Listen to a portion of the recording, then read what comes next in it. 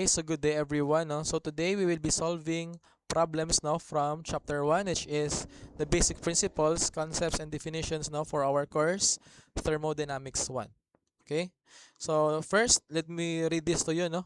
This particular problem. So what is the weight in newtons of an object with a mass of 200 kilograms at a location where g, or the acceleration due to gravity, which is equal to 9.6 meters per second square? Okay, so with this type of problems, now we will start to first now with the given. So given, you will write the given. Okay, so in this case, the given is the mass, which is equal to 200 kilograms. Okay, then another given is the g, which is 9.6 meters per second square. Okay, so since we don't have the given anymore, no, we will proceed to writing down the required property. So in this case, our required property is the weight, no? So weight in newtons. Okay? So we only have weight, no, as our requirement. Let's proceed na, no, with this solution, no, to solve or to find the value of the weight. So solution, we have um, weight, no? So we all know that weight is equal to mass times gravity.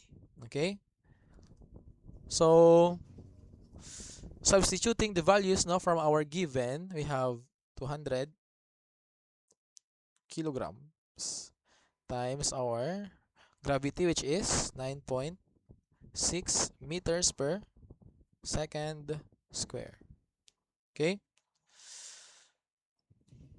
So we write down already, no, the given values, no. So we have here, no, this the displayed um emulator, no, the Casio 991 ES plus, no, emulator. So we will write down the values, no, so that we can get the answer. So let me proceed, no.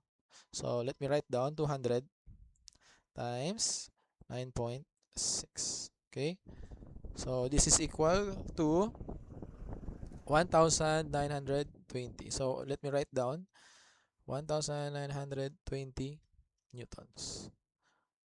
So first, no, as you can see, we don't have yet the newton, no, as our unit. So let me revise, no, it. So 1920 kilograms, right? Meters per second square. Okay, second square. Okay, so as you can see, no, we write down the units, no, based from the previous properties, no, the given properties.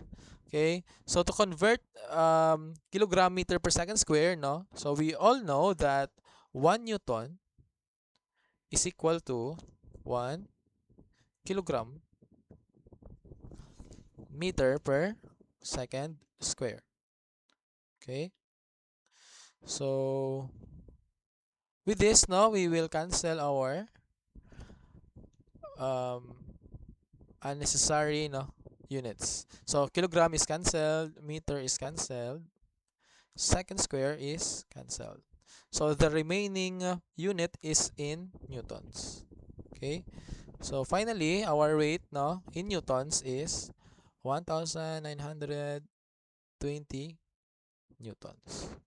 So with this, now this is the final answer. Okay, okay.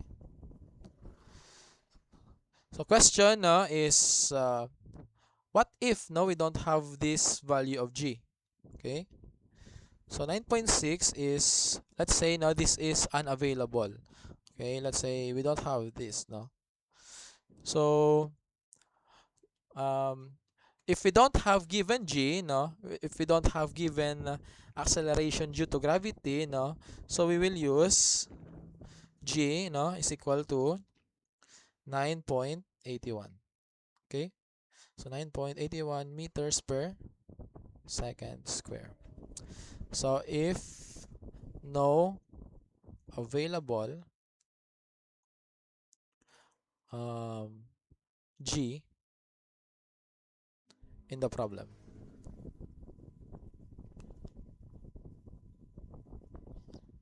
Okay, so hopefully now you understand our first example.